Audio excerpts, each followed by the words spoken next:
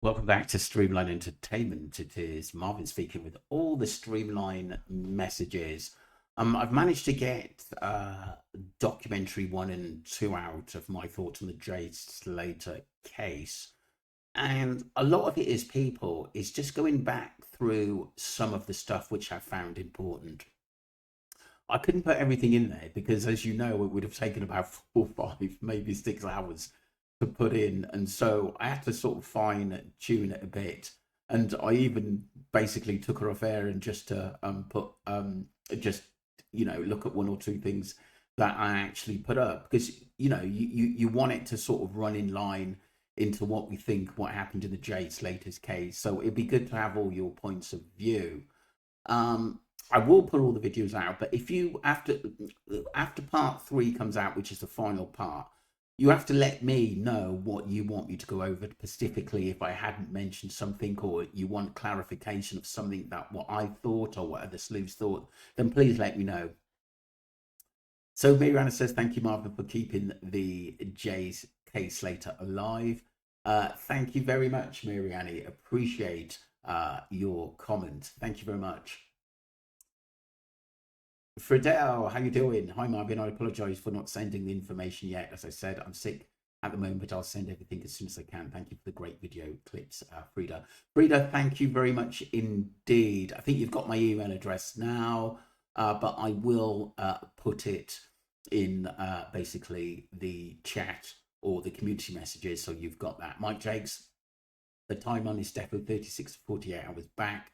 People in Lancashire from J circles were talking about Jay being deed well before the case was on the news. Yeah. It was very strange how a lot of people were talking about it early, and those early messages were kind of crucial in this case. The weird thing about this case, and why is it so messy in my mind, and scary, we never really got a proper timeline, even though I'm 95% sure I know what happened to Jay, if that makes sense. Thank you, Mike. After Coffee and Crime, go to our ex-representative. He says DNA does done. She's not Maddie. Court heard significantly. She's not Maddie. I was around the first time when people I know were in touch with Thea and her mum, so no one should be stalked into a DNA test. Yeah, I agree. That's a good point. After Dark Coffee and Crime, I think the thing to do at the end of the day to close this case down is let the court deal with it now. I think let the court deal with it. If obviously Jerry doesn't want to give a DNA test, which I think he should, it's like I said, I don't think, I've said it quite a few times, I don't think she is Maddie, to be honest with you, but it wouldn't surprise me whether she's Jerry's. Susan says, why isn't it a crime to lose a child? Too many are not accidents. Our parents supposed to be held responsible for these little beings. Very, very good point, Susan. It's really, really bizarre, this case, and worrying. And like I said, myself and Ali are following this on Streamline Investigations, and there's so much information coming in, and to Ali as well, and she's putting it up. We were going to do a live this evening, but we're going to come back into it another time. But like I said, we will do a video in the week on that.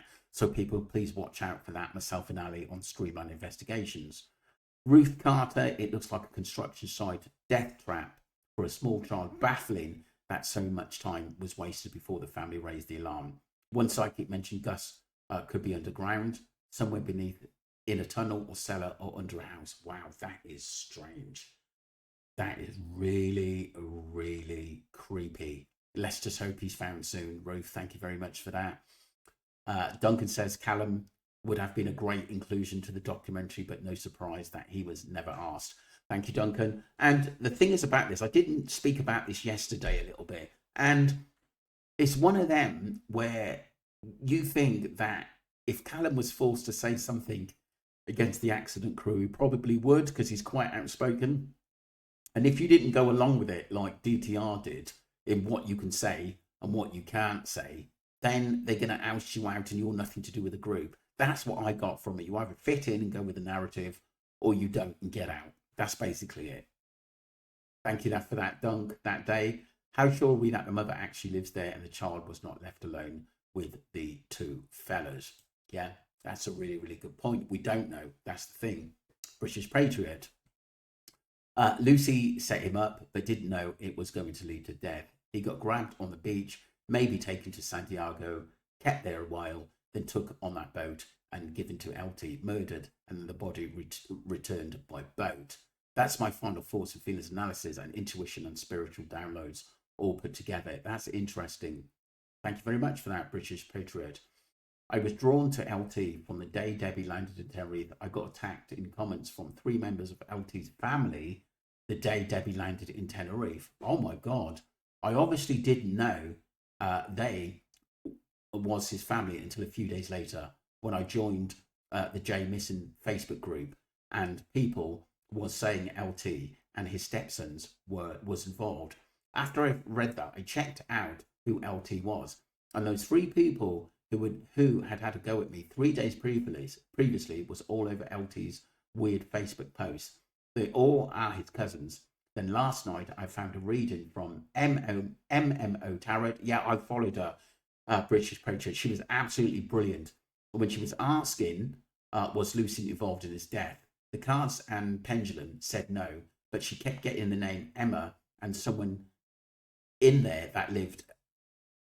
Sorry, that in the live asked, is the killer's name Lee? And the pendulum said yes. I shared the reading this morning, but it's got a lot of chatting before the reading. So fast forward it. Interesting stuff.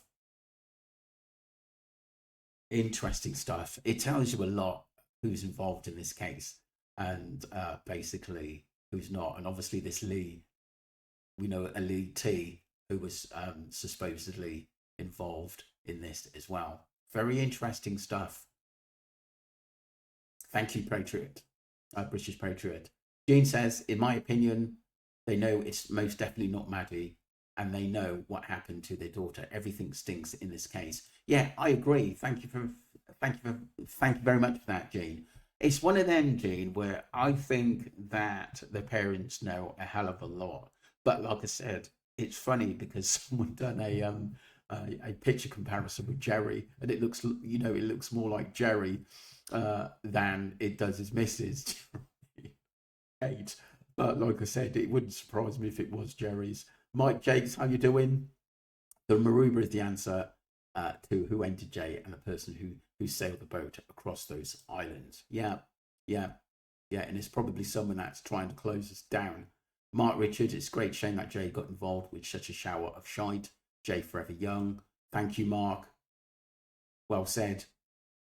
Hi, Marvin. Seeing the landscape where Gus went missing and proper eye-opener. It's so flat and you would be able to see Gus even after he's been gone and walking 4.5 hours. Surely it's so sad. Maybe, like I said, if he was sat down and they use all these infrared cameras and heat sensors now in helicopters and planes.